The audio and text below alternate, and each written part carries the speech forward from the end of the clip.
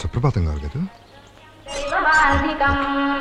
కౌసల్యా సుప్రజా రామ పూర్వా సంధ్యా ప్రవర్తతే ఉత్తిష్ట నరశార్దూల కర్తవ్యం దైవమాన్నికం ఉత్తిష్ఠోత్తిష్ఠ గోవింద ఉత్తిష్ఠ గరుడధ్వజ ఉత్తిష్ఠ కమలాకాంత త్రైలోక్యం మంగళం కురు ఉత్తిష్ఠోత్తిష్ఠ గోవింద ఉత్తిష్ఠ గరుడధ్వజ ఉత్తిష్ఠ కమలాకాంత త్రైలోక్యం. నమస్కారం సార్. నమస్కారం. నా పేరు ఇడ్లీలు ఈశ్వరరావు అండి. ఇక నుంచి మీ వీధిలో ఎవరో హోటల్కి వెళ్ళక్కలొద్దండి. పొద్దున్నే ఏడేది ఇడ్లీ నేనే చేసి తీసుకొస్తాను. హోమ్ డెలివరీ అనమాట అండి. సార్ నాకు చిన్న డౌట్, అగరబత్తి కట్ చేసి పెట్టారేంటి సార్? ఏదన్నా మొక్కుబడా? మొక్కుబడి కాదయ్యా, పొదుపు. పొదుపా? భక్తిలోనా? భక్తి మనసులో ఉండాలి కానీ అగరబత్తిలో కాదుగా. అది ఇక్కడ పుష్కలంగా ఉందని లక్ష్మీదేవికి తెలుసు. ఏంటి సార్ ఆకలిస్తుందా? ఎందుకైతే 4 ఇడ్లీలు లాగించేయండి సార్, ఆకలి ఎగిరిపోతే. ఇప్పుడు 4 ఇడ్లీలు అంటే పర్మనెంట్ గా ఆకలేదా? ఎందుకైందండి, మధ్యాహ్నాలు కరకలాడిపోతే. మరి ఆ మాత్రానికి ఇప్పుడు డబ్బులు ఖర్చు పెట్టం దీనికయ్యా. ఒకేసారి మధ్యాహ్నం తింటాలే. అయ్యి బాబోయ్, భక్తిలోనే అనుకున్నాను, భక్తిలో కూడా కక్కుర్తినా అనమాట. కక్కుర్తి కాదయ్యా, బడ్జెట్ బడ్జెట్ బడ్జెట్ అండి. సరే నువ్వు పద, నీ ఆఫీస్కి వెళ్ళాలి, తలుపులు మూసుకుంటా. పద పద, ఆకలితో పాటు చట్నీ గుమ్మగుమ్మలాడిపోతాను, టెంప్టింగ్ అయిపోతున్నా. ఏ ప్లేస్ కా ప్లేస్ బాగా సెట్ అయింది. ఏ మూల ఏ వండాలో అవన్నీ కొలత ప్రకారం బాగా ఫిక్స్ అయ్యాయి. ఏంటి ఒళ్ళెలా ఉంది? నీదా? చెప్పుతో కొడతాను. ఈ పూటకు బతికిపోయావు. మా ఆయన ఊళ్ళో లేడు.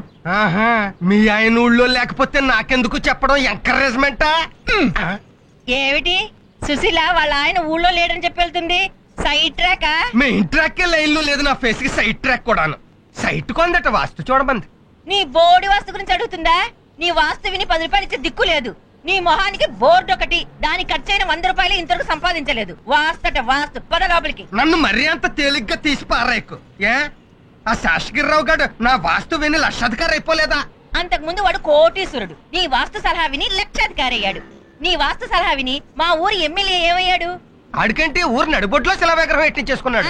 టెర్రరిస్ట్ చంపేశాక. అది సరే గాని నీ వాస్తు మీద ఎంత సంపాదించావు చెప్పు నాకు. ఏమో నాకేం గుర్తే, వచ్చింది వచ్చినట్టు అదిగో శబరిమలలో ఏనుగును మేపడానికి సరిపోయినట్టు ఈడికి సరిపోతుంది. చిచి, కన్న బిడ్డను పట్టుకుని ఏమిటా మాటలు? కన్న బిడ్డ కాదాడు, కొన్న గ్రైండర్.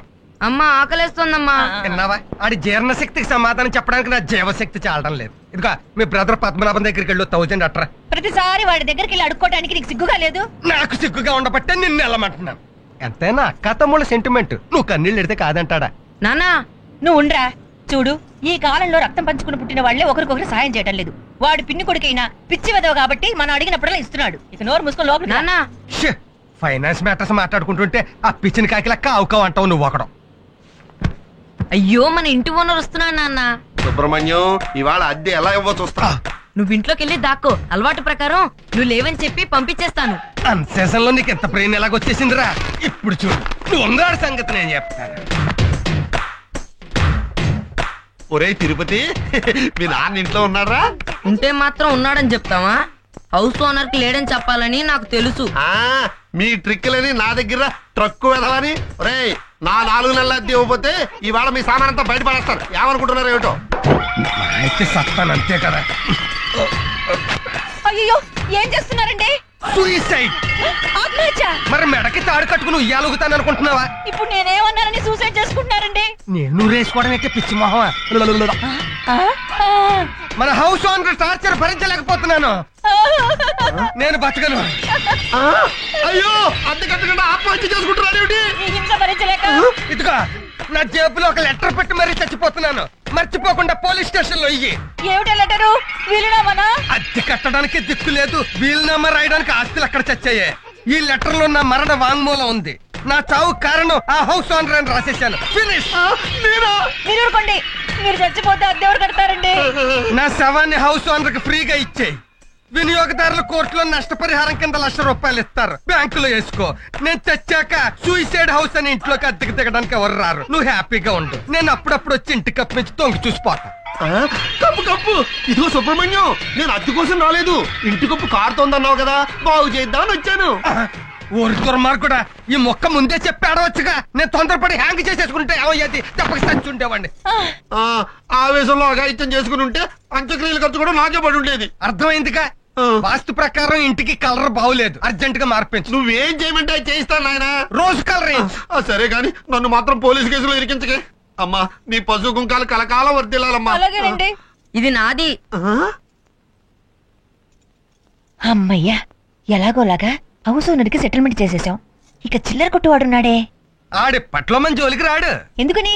మొన్న మన పద్మనాభం మన ఇంటికి వచ్చి వెళ్ళగానే ఏం చేస్తా ఉంటాడని అడిగాడు. ఆ. సేల్స్ ట్యాక్స్ ఆఫీసర్ అని చెప్పేశాను. ఆడ టెన్షన్ లో ఉన్నాడు, అది తేలేదాకా మన జోలికి రాడు.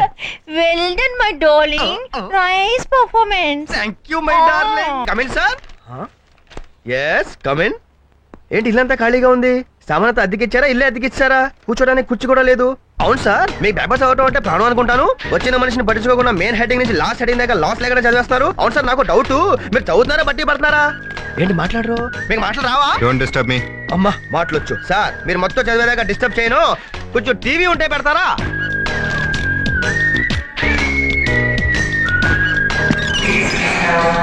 ఏంటిది, పక్కింట్లో టీవీ చూస్తారా? మన టీవీ లేదా? ఓహో, కరెంట్ ఛార్జీలు పెరిగిన టీవీ కొనలేదా? అవును, ఇప్పుడు మీరు ఈ టీవీ చూడాలంటే ఏం చేస్తారు?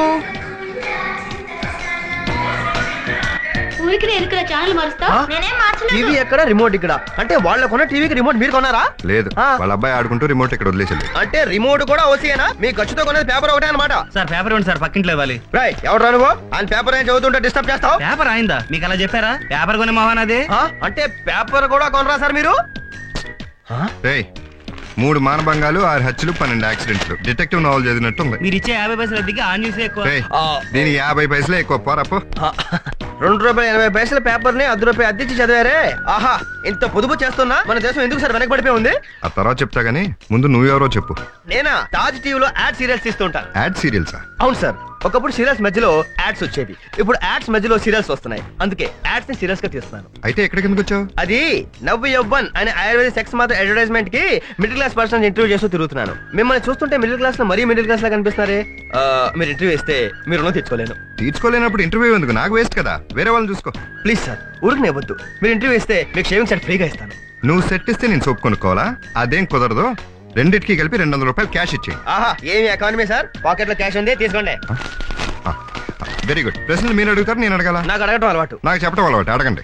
సంసారం, నా రకం, సన్యాసం, స్వర్గం, పెళ్ళంటే, వేస్ట్ ఖర్చు, భార్య అంటే, పెద్ద లగేజ్, పిల్లలంటే, అప్పులు, మనిషి కావాల్సింది, పొదుపు, చేయవలసింది, మదుపు, మన తోడు ఉండేది, జీవిత బీమా, వెంటాడేది, ఇన్కమ్ ట్యాక్స్, చూడకూడదు, పెళ్లి చూపుల పిల్లని చూసి ఆనందపడేది, బస్ స్టాప్ లో ఆడపిల్లలు, ఖాళీగా ఉండకూడదు, జేబు ఖాళీ అయ్యే కొద్ది ఖర్చు పెరిగేది, కడుపు, తేలిగ్గా డబ్బు సంపాదించడం ఎలా? Match fixing.